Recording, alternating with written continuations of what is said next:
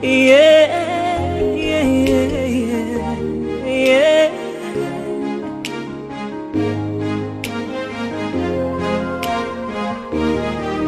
When a man... Miss Lucy Lando. The short form I'm called Sister Professor Lando because Agnes Lucy is long. And since I don't want to be called Agnes and not Lucy, it's one name, so it always goes Agnes Lucy. But if you can call me Sister Lando, there's no problem. Professor Lando is fine. Sister Professor Lando is fine, as long as sister is there. So where did it all begin? Did I always want to be a lecturer? Yes, not a lecturer, but a teacher. I always wanted to be a teacher. And my intention of becoming a teacher was to influence the lives of young people and also the lives of society. Because once you interact with people in class or in the workshops, in the seminars, in the discussions, you influence them to a certain point.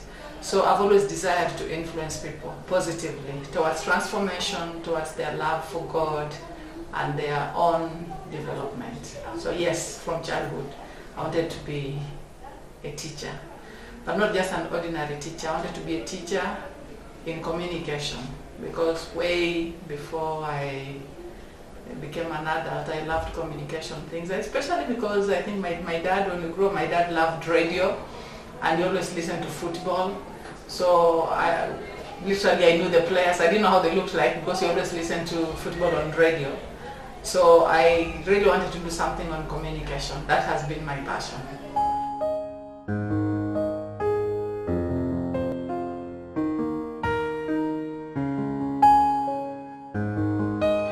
When I was doing my master's, I was teaching part-time as a graduate student at Tangaza University College. But after my PhD, when I came back to Kenya and I was assigned to teach at Daystar University, no, I've not taught in any other university in Kenya. And I made a deliberate choice because I didn't want to have divided attention so that I'm rushing from Daystar to another university back and forth now.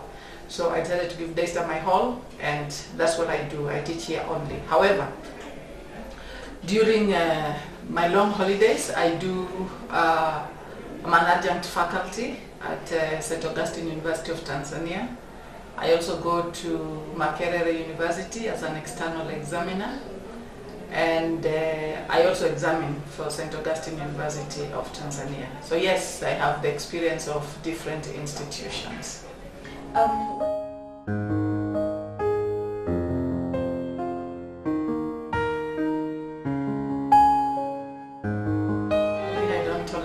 Is lateness. I really abhor,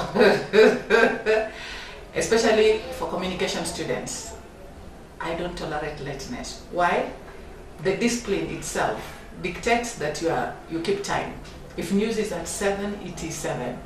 There's no way one media house or one TV station is going to run news at 7 and yours begin at 7:05.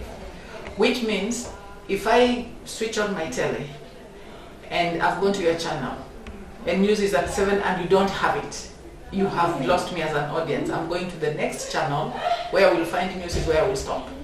So one, I don't tolerate lateness.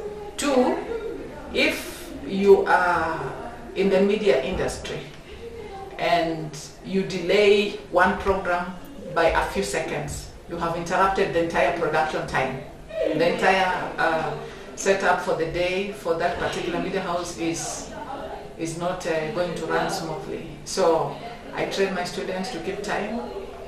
The other thing I don't tolerate is late assignment. If you've been sent to the field to cover a story, you're supposed to file a story at the end of the day. So if my students know very well that work is due on 16th January, for example, 2018, at 5, you don't bring it at 5:01. You bring it at 5. So I know in students select my courses, oh, I'm going to suffer a whole semester with Sister Lando. Fine. And the last thing I don't tolerate on students is for students to work late in my class. We normally begin the semester on an agreement. We discuss and say, okay, class begins at 5:30. We shall start at 5:30. But in the event that we're stuck on traffic, you're looking for parking, that kind of stuff, we give you an allowance of 5 or 10 minutes, and we agree. So you don't come past that, because then you interfere with everyone. That strictness is not just to punish people, it's training. It's training. We have had people who have lost a job opportunity because of arriving late. We have had people who have been discontinued from the media industry because they went on air 2 minutes late. So it's all important. So if you're in the media industry, discipline. If you're in communication, discipline. So that's what I don't tolerate, but it's a way of educating them and forming them.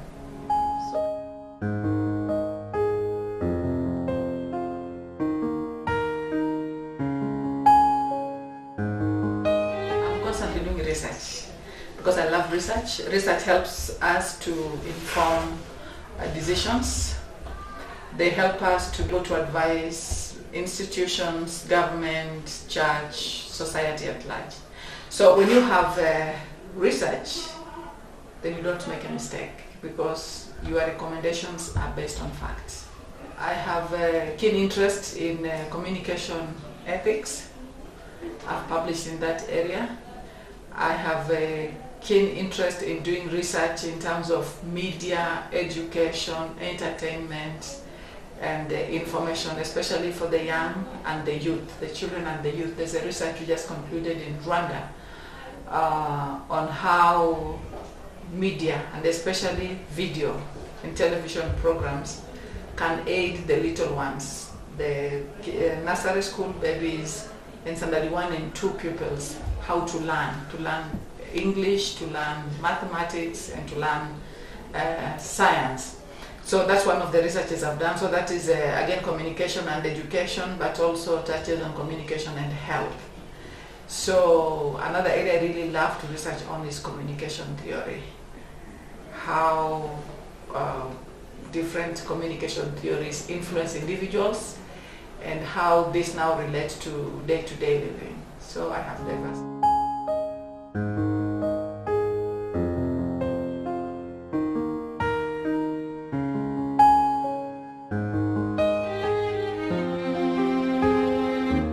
What drives me is the desire to serve, because I'm focused on my call. I consider my being in Daystar a calling.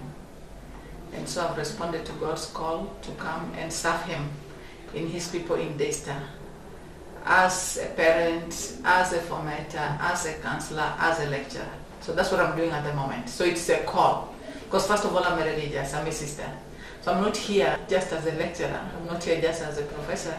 I'm a sister. And that's why I say, you can forget about my titles, you can forget about the professorship, but please don't forget about the sisterhood. So better make a mistake and call me Sister Lando, that's fine. But don't say Professor Lando, no, sister will always be there, and it is the first one.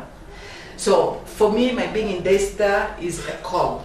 I'm responding to God's call, and that is what drives me. So the issue is, what did God call me to come and do at Daystar? God called me to come and serve. And so everything I do, whether in the office, whether in class, whether I give it my all. That's why I said that I'll be doing 10 years in August as an employee of Daystar University. So since I returned from my PhD in Rome, when I came to start working here, I've not taught in any other university. By choice. There are many universities that ask. They ask me to go for maybe part-time teaching, they asked me to go for examination locally. I said no, because my attention is going to be divided. So I'm giving my whole to Daystar for now. When the time comes to go, I will move to the next station. But like I said earlier on, during holidays, I do something at Makerere, the external examiner, and I also do something at St. Augustine University. So what has kept me going is my focus, but mainly my call. I understand my being in Daystar as a call, and that's what I'm doing at the moment.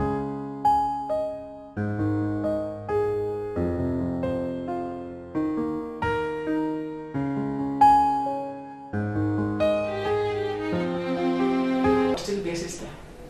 I'm a sister first, then everything else second. I will still be a sister, because to be where I am, it has taken me more than 15 years to train in communication to be a professor. So each of those days, I was always a sister. Last year I just celebrated, 2016, I celebrated 25 years of being a sister. So yeah, sorry, I'll show you this. So this one, this is my, it's 25 years of service as a sister.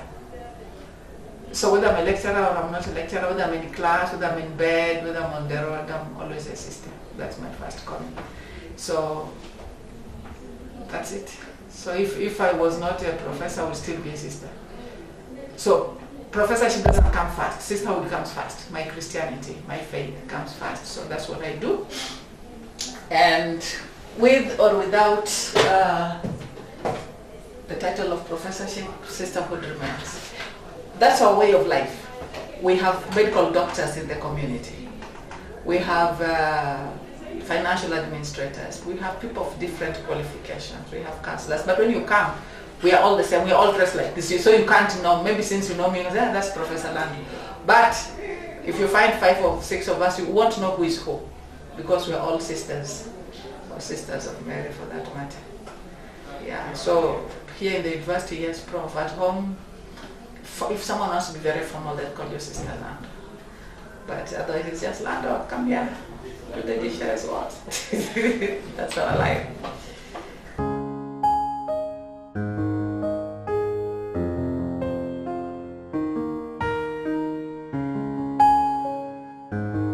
I'd love to retire to what we call our mother house.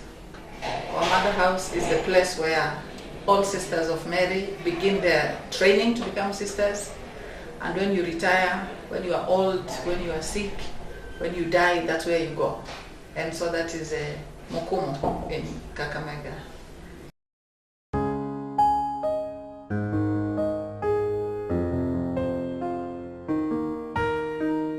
First, I listen to Pope Francis. I love his reflections, and I listen to them in Italian.